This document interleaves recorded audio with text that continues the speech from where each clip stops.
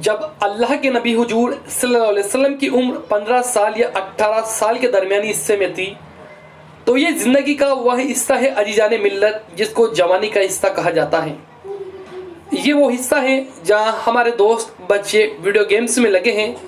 کوئی موبائل میں بیزی ہے، کوئی ٹیپ پہ مصروف ہے یا کوئی فلموں میں ناچ گانے میں مصروف ہے۔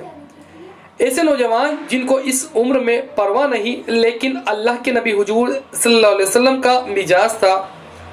عمر کے اس حصے میں والدہ ساتھ نہیں تھی، نہ والد ساتھ تھے اور نہ دادا ساتھ تھے۔ چاچا آپ کی پرورش کا خیال رکھتے، لیکن اللہ کے نبی حضور صلی اللہ علیہ وسلم صرف اور صرف اپنے چاچا ابو طالب کے بھروسے پر زندگی نہیں گزارتے،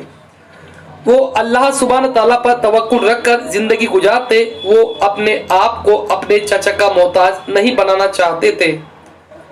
ابو طالب حضور صلی اللہ علیہ وسلم کی ہر خواہش کا خیال رکھتے، لیکن اللہ کے نبی حضور صلی اللہ علیہ وسلم خوددار تھے، اپنے قدموں پر کھڑے ہو کر اپنی زندگی گزارا کرتے۔ تعجب ہوگا آپ کو یہ بات سن کر، حضور صلی اللہ علیہ وسلم اس زمین کے سب سے اعلیٰ ترین شخصیت محمد صلی اللہ علیہ وسلم کی جوانی کا گزارا کیسے کرتے ہیں؟ ایسے ہوتا آپ حضور صلی اللہ علیہ وسلم بنی سعد کا جو قبیلہ تھا، بیوی حلیمہ کا جس نے حضور کو دودھ پلایا تھا، پرورش کی تھی، اس بنی سعد قبیلے کے لڑکوں کے ساتھ آپ نبی علیہ السلام بنی سعد کے لوگوں کی بکریوں کو گھاس چرانے کے لیے لے کر جاتے، پھر شام کو واپس آتے تو ان کو کچھ اجرت ملتی، جس کی وجہ سے آپ صلی اللہ علیہ وسلم زندگی کا گزارا کرتے۔ ابو طالب کے پیسوں کے بھروسے پر نہیں۔ حضور صلی اللہ علیہ وسلم نے دور نبوت میں حدیث میں فرمایا، کوئی نبی ایسا نہیں گزرا اس روح زمین پر جس نے بکریاں نہ چرائی ہو۔ اس حدیث سے بات کا جو ثبوت ملتا ہے، جتنے بھی انبیاء اکرام دنیا میں تشریف لائے سبھی نے بکریاں چرائی۔ یہ ویڈیو ان نوجوانوں کے لیے ہے جو اپنی زندگی کی 25 عمر میں پہنچ گئے ہیں اور کوئی 30 کوئی 40 کو پار کر گیا ہے۔ ایسے مسلم نوجوان ہیں جن کا اپنی زندگی کا کافی وقت چبوتروں پر گزرتا ہے، جن کی زندگی کا اکثر حصہ ہوٹلوں پر بیتتا ہے، زندگی فیس بک، ٹویٹر اور یوٹیوب پر بیت جاتی ہے۔ زندگی کا اکثر حصہ اپنے آپ کو خوش کرنے کے لیے بیتتا ہے، لیکن حضور صلی اللہ علیہ وسلم کی زندگی کا وہ حصہ جس میں حضور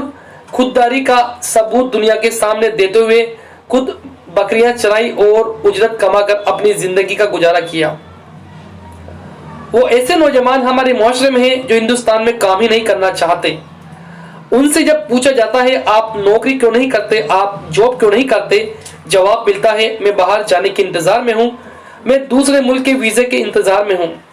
میں یہاں کام کرنا اپنی شان کے خلاف سمجھتا ہوں۔ اللہ کے نبی وہ شخصیت ہیں جن نے آگے بڑھ کر کسی کی عزت، وہ اللہ کے نبی بکریاں چرا کر اپنی زندگی گزارتے۔ کیا ہم حضور صلی اللہ علیہ وسلم کے امتی ہونے کی وجہ سے آپ صلی اللہ علیہ وسلم نے بکریاں چرانے کا کام کیا تو ہم ایسے کام نہیں کر سکتے جن کو ہمارا معاشرہ حقیر سمجھتا ہے؟ خودداری کے لیے، آرام سے بچنے کے لیے، کسی کی محتاجی سے بچنے کے لیے، چاہے آپ کو ٹھیلا ہی کیوں چلانا نہ پڑے، چلاؤ لیکن حلال کماؤ، حرام سے بچو۔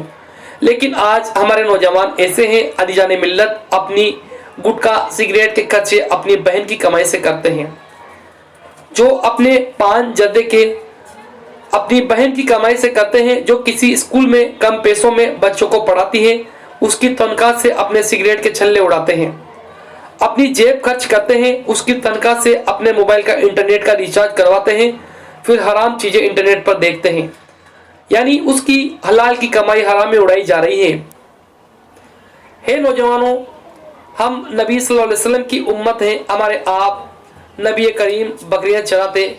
کبھی بنی سعد کے قبیلے کی بکریاں چرا دے، پھر جب پلٹ کر آپ مکہ آئے تو مکہ والوں کی بھی بکریاں چرائی اور کچھ اجرت لیتے، کوئی شرم کی بات نہیں تھی۔ عبد المطلب کا گھر پورے عرب کے علاقے میں مشہور تھا، وہ عبد المطلب کا پوتا اٹھتا اور پورے ملک کی وادیوں میں بکریاں چرایا کرتا۔ آپ صلی اللہ علیہ وسلم کی عزت کی فکر تھی تو آپ اللہ کے نزدیک عزت کی فکر کرتے۔ آج ہم معاشرے میں عزت کی فکر کے لیے سوچتے ہیں، میں یہ کام کروں گا تو لوگ کیا کہیں گے۔ اگر ہم یہ سوچتے رہیں